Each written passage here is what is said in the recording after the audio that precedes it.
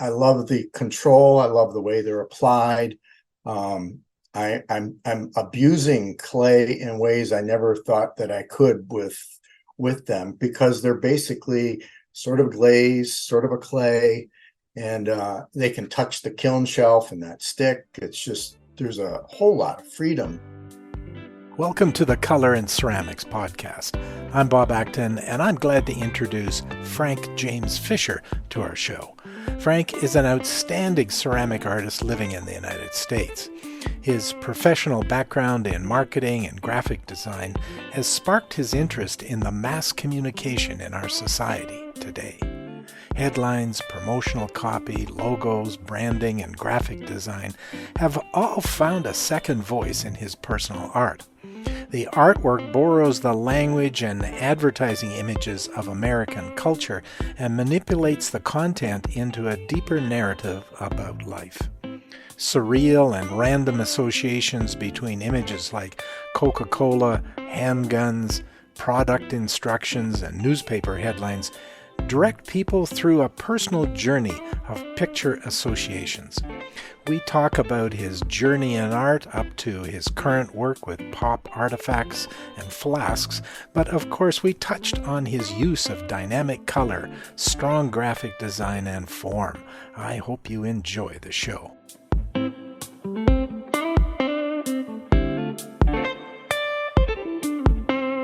Welcome to Color and Ceramics, the podcast for ceramic artists who want valuable ideas about using color from leading artists and world-class experts.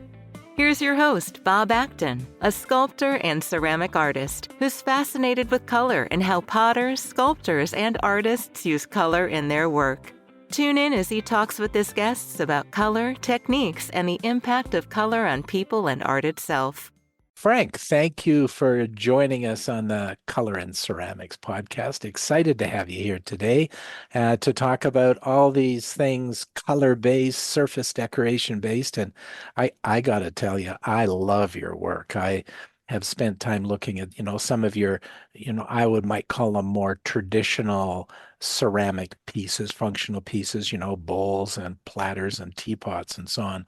And then you have these fantastic things you call tea cans, and we'll talk about those in a second, right? But those are wonderful pieces. And so I'm excited about having you here on the show. I'm really glad to be here, Bob. I followed you, so it was cool to see the whole take you're taking with color and ceramics, because I think there is kind of that gap that nobody's really stepped in and filled. So when I saw that was great. And then when we exchanged DMs there about maybe getting on, I said, oh, this is going to be good. We get to do a little in-person talk. Yeah. This will be great. So I wonder if we could start off a little bit by you telling the people who's listening about your journey. Like what's your why? What's your reason for doing this? Where have you come from, and what brings you here to today? Sure. I grew up in a family with my father was a painter. He's an artist. So art was sort of an accepted element in the house. It was not that odd situation. And I watched him. He was a painter, and I went to school and studied painting. I studied graphic design. He had a cataloging house. They did catalogs and things like that. So that was going to be what I did for a living, and the art thing was going to be on the side. That's what he did. And as we went along, the art got more and more exciting for me. So I went and switched it over into marketing. And in marketing, color is huge. So, and I'd always loved color. I was afraid of it at first. It can get out of hand real fast. But when I studied painting, I studied realism, and I moved into abstraction. But in realism, you kind of really got to know your stuff if you're going to pull off a convincing illusion on canvas. And that was probably my training, was as far as understanding the color wheel and the tertiary, the secondary, the primary, nebulous, and monochromatic and all that. That was really where I got my foundation. And then when I moved into abstract, and that kind of freed up my brush and taught me more about the balance of the image, and the golden circle and all these things kind of all came together. And it wasn't until I tried in high school ceramics, but it was a miserable failure. I liked three-dimensional art, and my father said, when you're in college, make sure you take some ceramic courses, which I did. Good for him. Yes. Yeah. Very smart man. But I was afraid of color still at that point. So everything I did was white, give it a good dip. So I got my forms down, but everything was pretty much white. And then it was probably around 25 years ago. I took a course at Schoolcraft College in Livonia, Michigan, and in ceramics, and that's when it bit me again, and I've stuck with it since then. Very cool. Well, we're all glad you did. That's very interesting that you bring up this issue of color provoking some anxiety in us, right? And because it certainly did for me. I would work on forms to make sure the form was right, and then I'd go to apply some color, and my hand would get a little tight, and because I was worried about wrecking the piece, I guess was my fear. Yeah.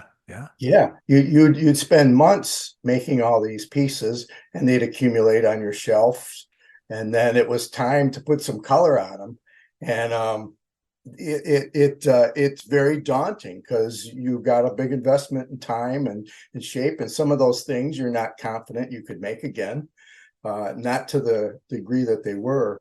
So yeah, there was a point there where I got so stressed about doing, because I would try to make them so perfect when I was glazing, and I got kind of stressed, and I was glazing at the studio at Schoolcraft, and I looked down, and I didn't know what I was going to do. And I looked down, there's a sheet of bubble wrap, and I plunked the bubble wrap right in the glaze, drained it off real good, and then I slapped it around the piece and pulled it off, and it had this incredible pattern. And from that point there, the decorating was okay with me. I crossed a bridge or something there, and all that abstract background and the painting background and everything came flooding in, and it kind of the two became one. Is bringing the brush in, bringing abstract, bringing patterns, being reckless, being a little casual with it, and seeing what happened. That was a good moment for me. That was a pivotal point. That is so. It's sort of being afraid of jumping off the high board in a swimming pool. You just have to sometimes do the first one, right? Yeah. And then realize you're not dead. It's okay. The piece hasn't been wrecked. Everything will be okay. And that's a sense of freedom then that you really get with using color in this case, but other things as well. I think you can become very OCD about it. Everything just so precise.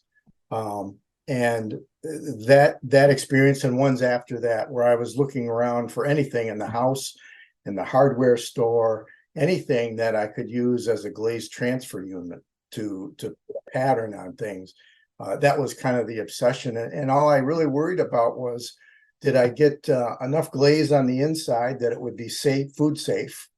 And did I do a really nice job trimming the foot? And then everything above the foot, everything that was above the foot, to me, is kind of that's the connection to the real world. That's the little pedestal, and everything above that is a free-for-all.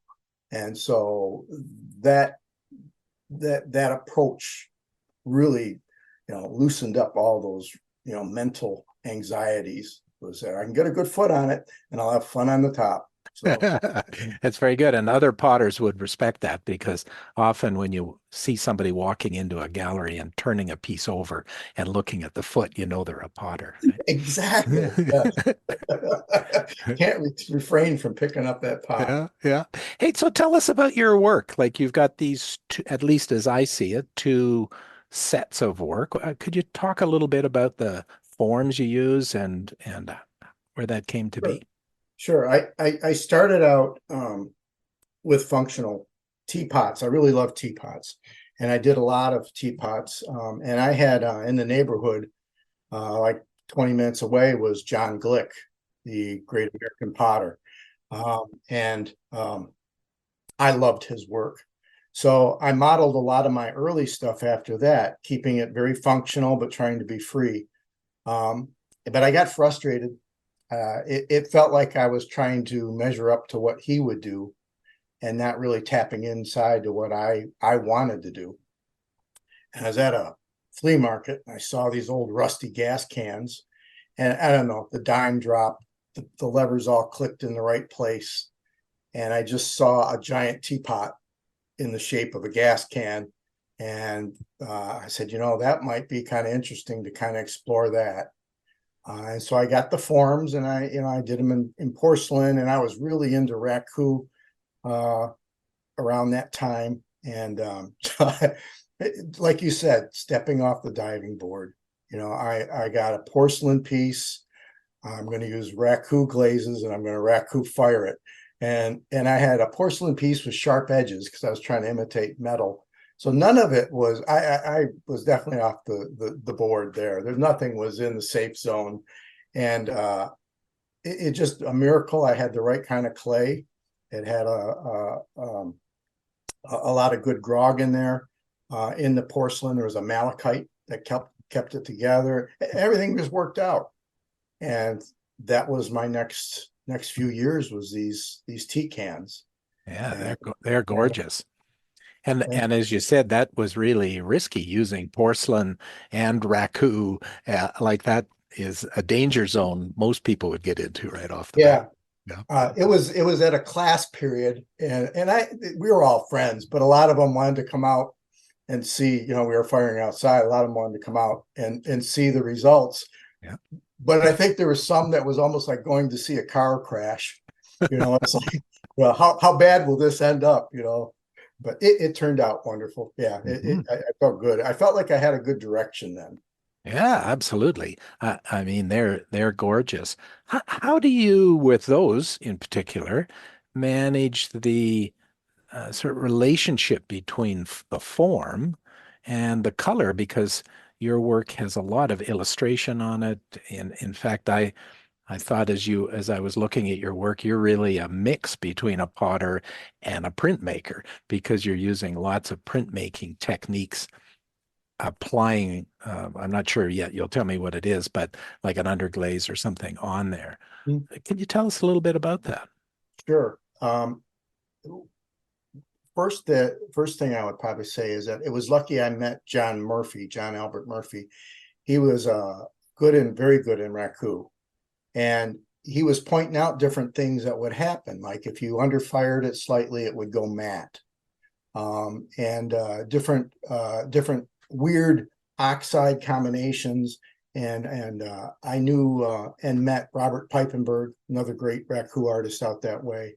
And so there's a lot of things that just kind of came out right for me to get the right glazes, the right colors, and a lot of experimenting and things. Like I said, I had that abstract background. So if you're familiar with abstract art, there's a color field painting. There's this like Rothko and those where there's a lot of looseness within the area.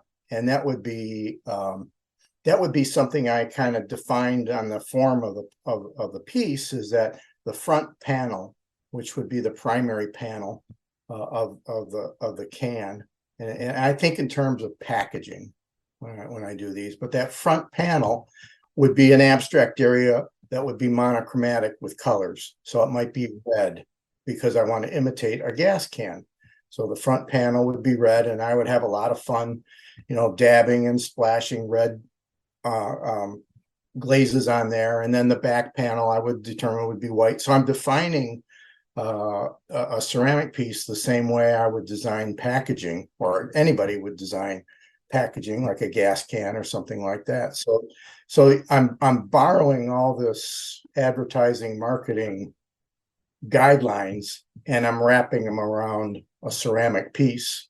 So in some ways it makes it easier because you're sort of cheating. There's some parity to it and that, but at the same time, once you've kind of outlined the areas that are going to be graphic, you can have fun in those little jigsaw pieces and decorate them that way. Yeah, it seems like you really made your own surface, your own piece to work on, right? Yeah, Yes.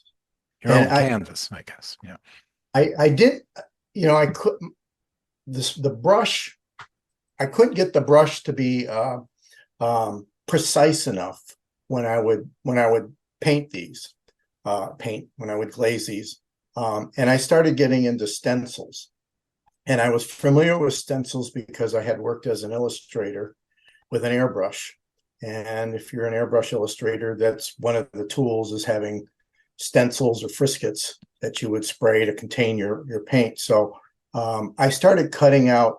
What I would basically do is find a gas can, like Mobile with the Pegasus horse, and I'd print out on a sheet of Xerox paper a Pegasus to the right size, and I'd take my X-Acto knife and I'd cut it out, and I'd put some spray glue on it, and I'd press it against the can, and that would block any glaze from going where that frisket, that stencil was. And so I could splash all my colors, my reds all around that, and then I'd just peel it off, and I'd have nice bare clay there, which I could put a coat of white crackle over or something like that, and that would preserve the white on it there. So all that was done with stencils. And you can go to the like a Hobby Lobby or a hobby shop, craft shops, and they have pre-cut letters that are adhesive, like for scrapbook people and that. And I would buy bunches of those, and I would spell out, like 5 ounces, or I would spell out whatever those, and I would use those as pre-cut stencils to kind of cheat it, to cut to it faster and that. So that was how I would get them so tight. And I basically made a can as perfect as I could.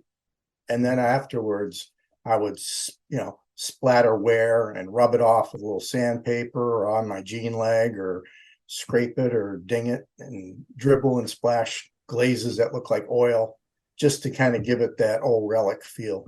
Yeah, a little rougher. That's a real complex process, making the piece in such precision that you do, then Yes. creating the canvas with that kind of abstract feel, then layering that with you use glazes to put on all of the Yes. lettering. That was I used a combination of like custom mix glazes. Like I had a Raku black glaze, I had Piepenburg patina, I had white crackle. I used those, but I also got into the low fire glazes, like the ones you can buy at Amico and that, and I would get the matte. Not that it made a big difference, but I kind of liked those colors better. And I would use those for all my brighter, more commercial looking colors.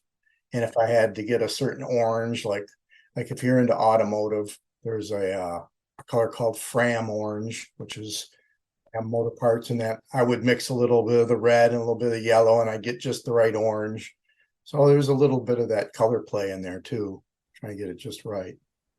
Wow, that is a lot of work, a lot of precision work to do that piece.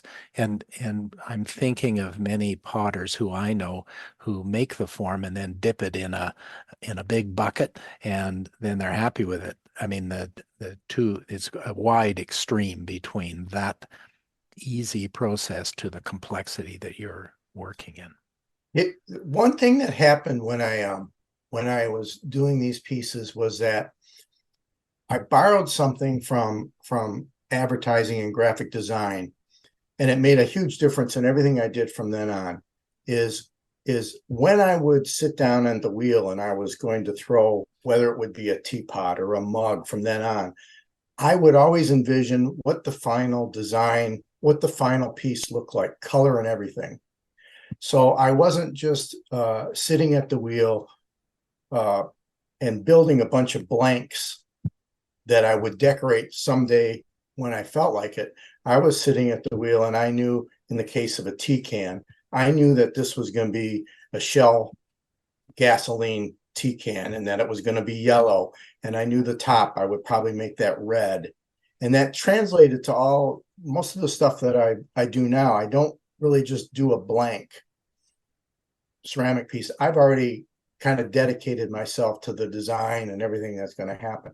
And it's a lot more liberating. And it organized me a lot better. I think I think a little deeper about color and all that, because as I'm making the piece with wet clay, I might think, you know what, this might be one that I want to put a little bit more blue or more red or whatever. Or I want the neck of this to be a little taller because I want to have a lot more black at the top. Or I'm making decisions in the process because I've already committed to the final product at the end, and it kind of is all going to work and streamline together to get to the final piece. A lot of pre-work, I might call it, before you Yes. sit down at the wheel. Yes, and not to say that I like rigorously got it planned out, but at the wheel I do know where I'm going at the end. It won't be 3 months later I go to the shelf and I got 20 pots and I'm going to wonder what glaze is looking good in the bucket. I've already kind of committed that these are going to be that, and I've designed the space to accommodate graphics and things like that. So it kind of forced me to get a little more organized, and that's the same way that a painter would work. If you were going to do a landscape or if you're going to do it, you kind of make your decisions up front, and then it's more of a time of just executing your plan. And what I like about that is I can kind of fine tune the decorating and the process and all that as I'm going along, and not be occupying my mind as, what if this was a whole, what would this color be, or what should I make this pot, or anything like that. I'm not occupying my mind with big decisions.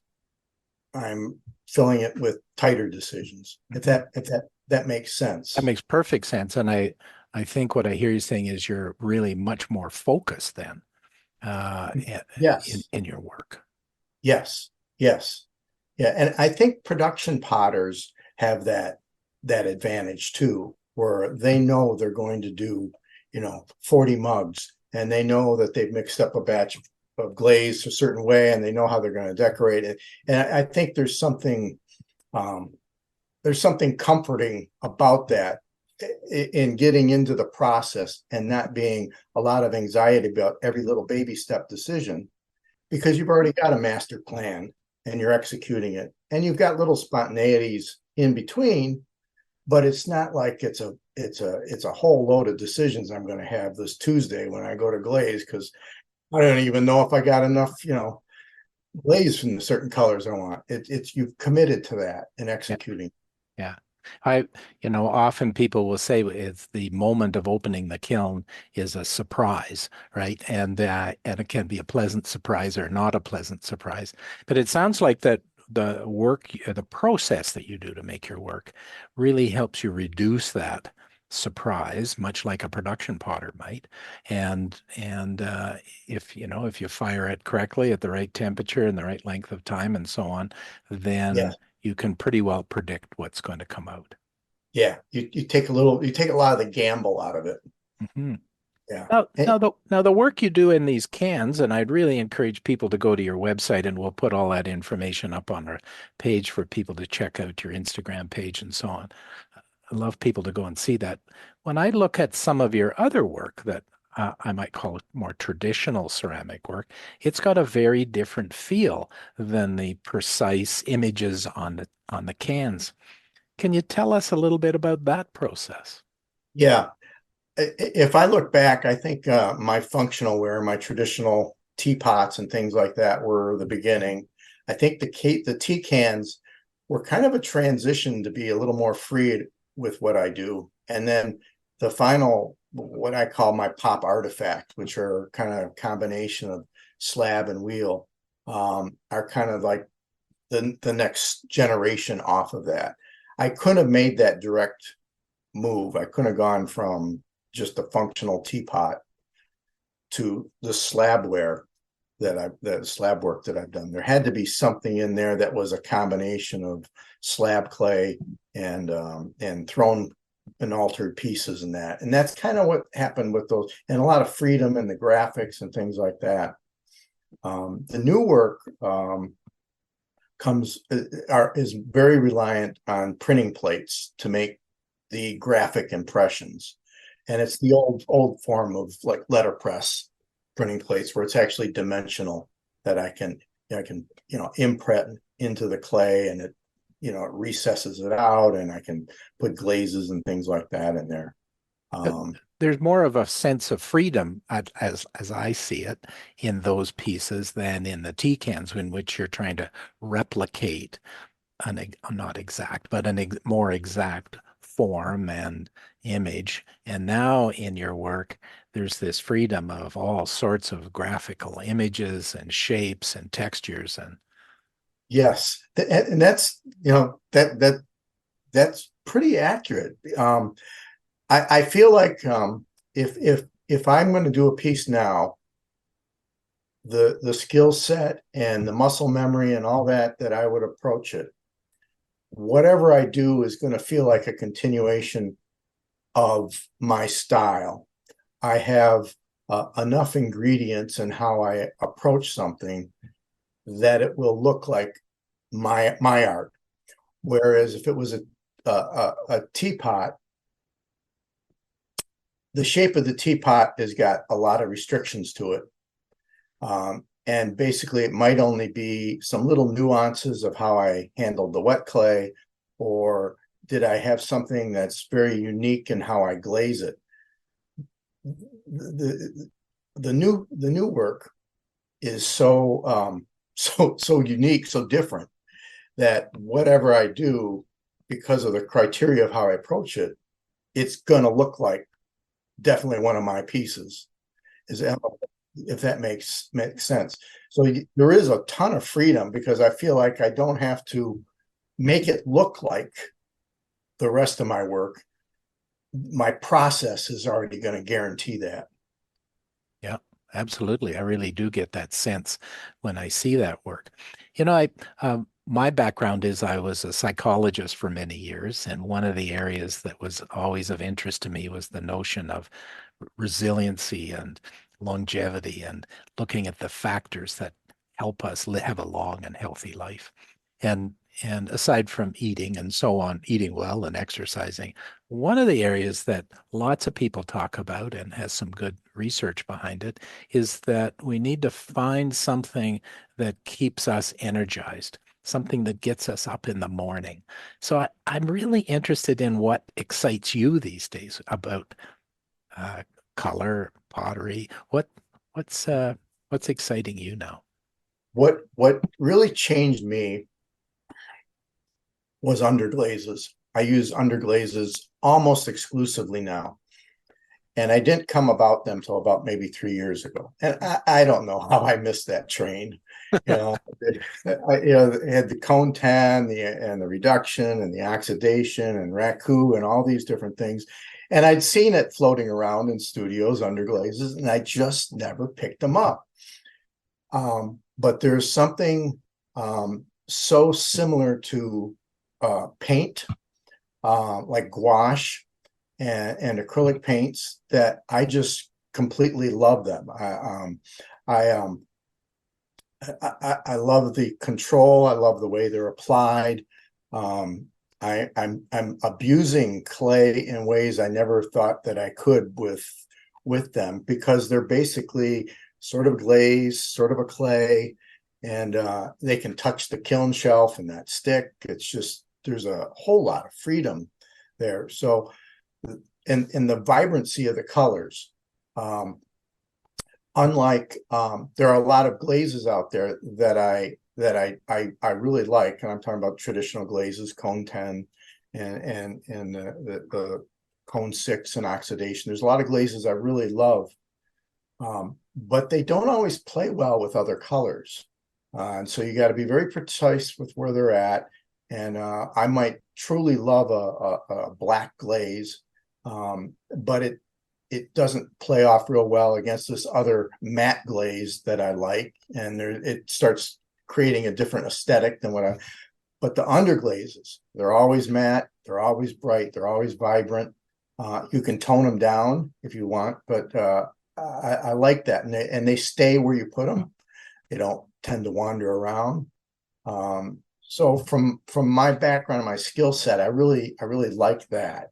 And I can water them way down and use them like a watercolor. I can keep them opaque and sort of have them impasto. So it's opened up a whole wide range for me. Mm-hmm. It really is much more predictable using them as opposed to something else, right? Yeah. Absolutely. Yes. And you can kind of tell the piece, the color of it, and how it's going to look when it goes into the kiln, as opposed to some colors, like if I was to talk about like licorice black, which is a Cone 6 glaze that I totally love. It basically looks like a dark burgundy when you're mixing it and putting it on, and you keep trying to imagine what it's going to look like.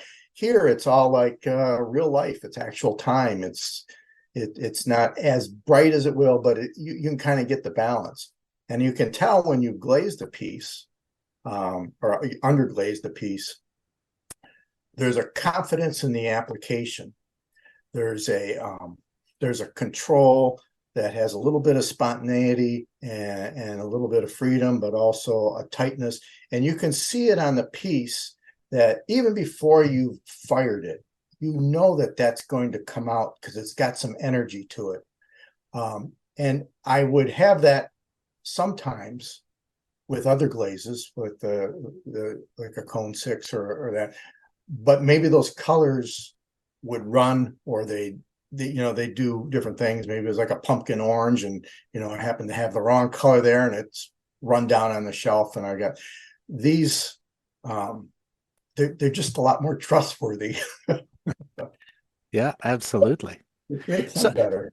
So you have taken a whole variety of skill sets, from painting to Cone 10, as you talked about it, working with glazes, raku, at your work in marketing and graphic design, and now your work is a culmination of all of those technical skills and practice sets and muscle memory. I think you used the phrase.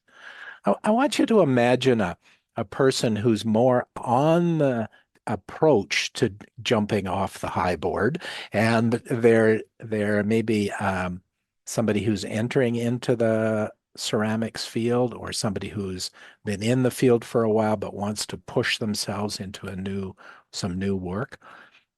What advice would you have for this person about how they should push themselves and approach things?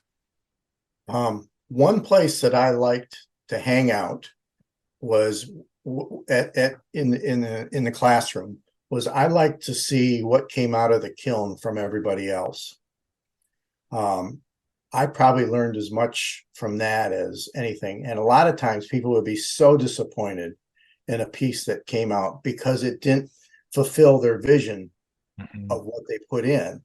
But I would look at it and I'd say, "Oh my gosh, the way that glaze is running, that's like a hair fur. It's what's going on there. It's almost like a crystalline, but it's not. That's And one of the things that kind of would get me jump started on a lot of things, and it would lead to more explorations. Is these proposed failures that were out there.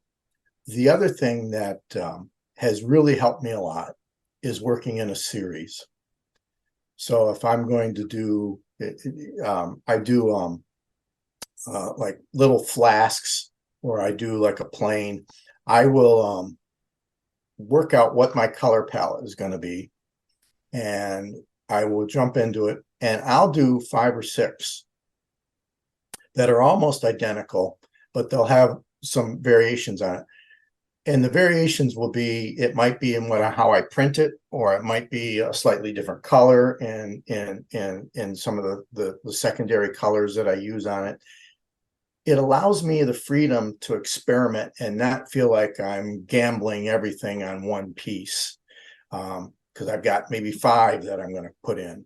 And because I know that I'm going to have a loss in there, I'm not so stressed, I'm not so uptight, I'm willing to take some chances with those. So if you're kind of in that experimental, you want to try to jump off the board and see what it is, do 4 or 5 of them and play around with them. Keep them maybe 80% the same and just do some variations with them or that. But that series is very liberating. It is, isn't it? I find the same. And as you get closer to the end piece, if you've got your 5 or 6, right, that it starts your feeling and the way you approach the 5th or 6th piece, at least for me, feels different, right? Feels more free in lots of ways. Yes. Yeah. And there's some things that you might have learned on how you poured or dipped the glaze on the first 2 that by the time you get to that 5th one, you've got a little learning curve on it. And so that one is going to be similar, but it's going to be a little different. And then those 5 pieces, I'll stick them on the shelf and I'll keep looking at them for a year, because some of them did turn out the way they were supposed to when I put them in the kiln.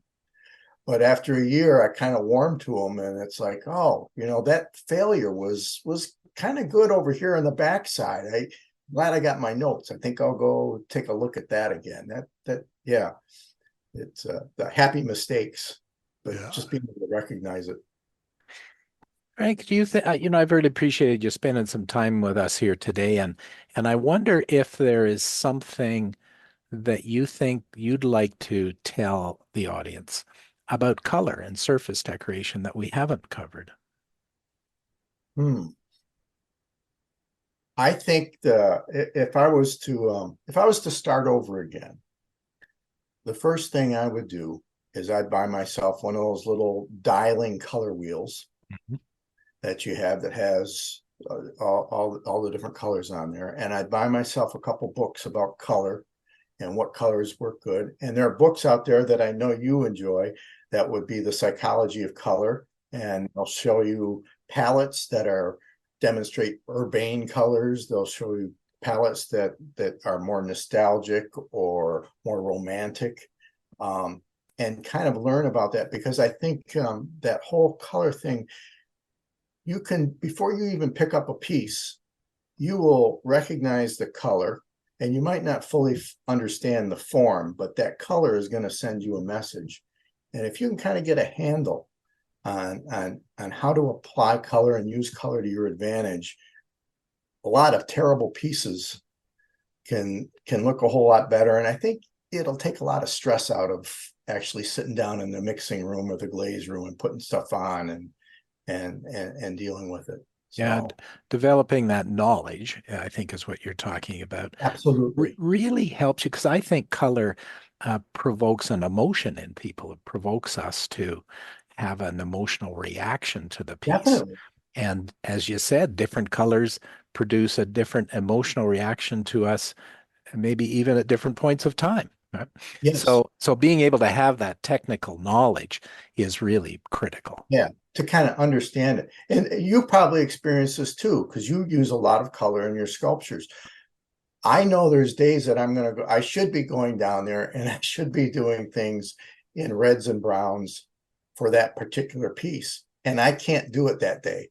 Emotionally, I'm not in a red brown zone. Yeah. More blue green. And so I will just set it aside. So even you have to be, as the receptor, you have to be in the right emotional place. There are times when I just do not have an aggressive color feel to me.